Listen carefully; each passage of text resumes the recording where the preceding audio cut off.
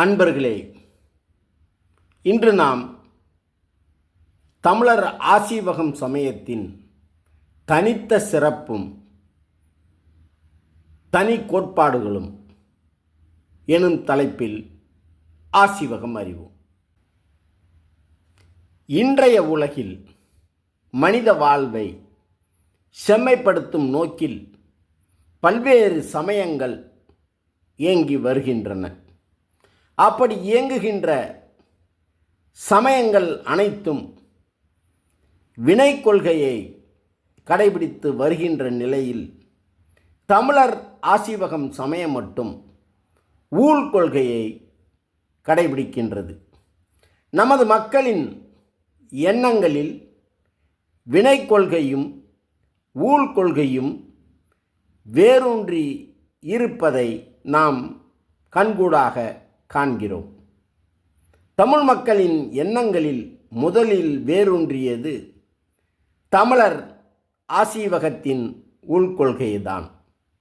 அதன் பின்பு மனித எண்ணங்களில் இடம் பிடித்ததுதான் பிற சமயங்கள் குறிப்பிடும் வினை கொள்கை.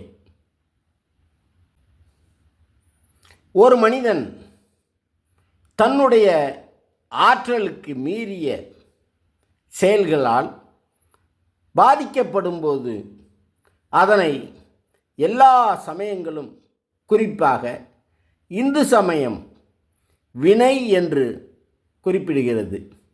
இந்த வினைகள் ஒருவரை அணுகாதவாறு உயிர்கள் தம்மை காத்து வினையற்ற நிலையில் வீடு பேறு அடையும் பொருட்டு உயிர்களின் வினைகள் இறையருளால் போக்கக்கூடியது என்று இந்து சமயம் உள்ளிட்ட அனைத்து சமயங்களும் கூறுகிறது.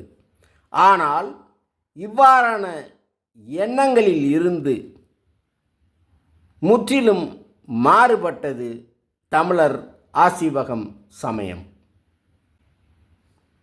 தமிழர் ஆசீவகம் சமயத்தின் நியதி எனும் உள்கோட்பாடு இயற்கையுடன் நெருங்கிய தொடர்பு கொண்டது.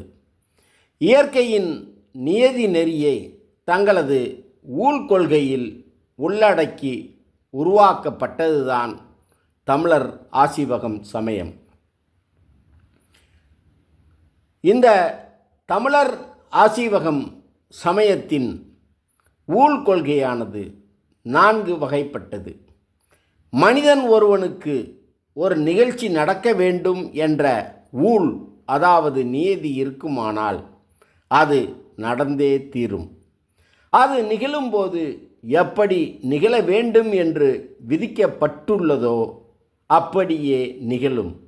அதுவும் ஒரு குறிப்பிட்ட வரையறைக்கு உட்பட்டுதான் நிகழும். அதுபோலவே ஒரு குறிப்பிட்ட காலத்தில்தான் அதுவும் நிகழும்.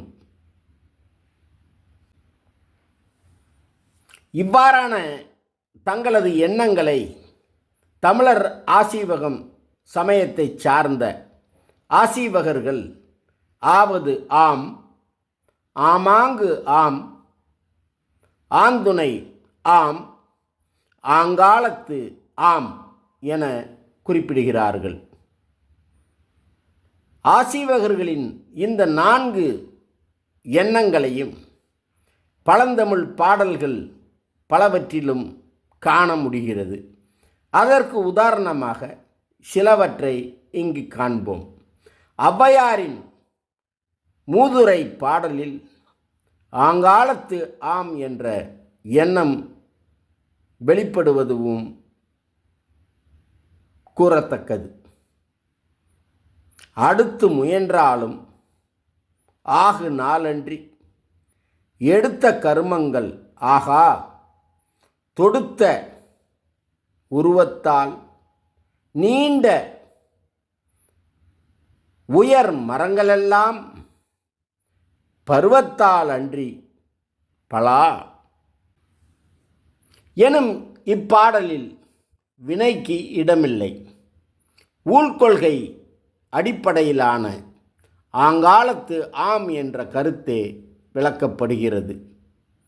சிலப்பதிகாரம் போன்ற நூல்கள் ஆசீவகர்களின் எண்ணங்கள் பொதிந்தவைகளாக இருந்தபோதிலும் அதற்கும் முந்தைய காலத்தை சார்ந்த புறநானூற்று பாடலான கணியன் பூங்குன்றனாரின் யாதும் ஊரே யாவரும் கேளிர் தீதும் நன்றும் பிறர்தர வாரா நோதலும் தனிதலும்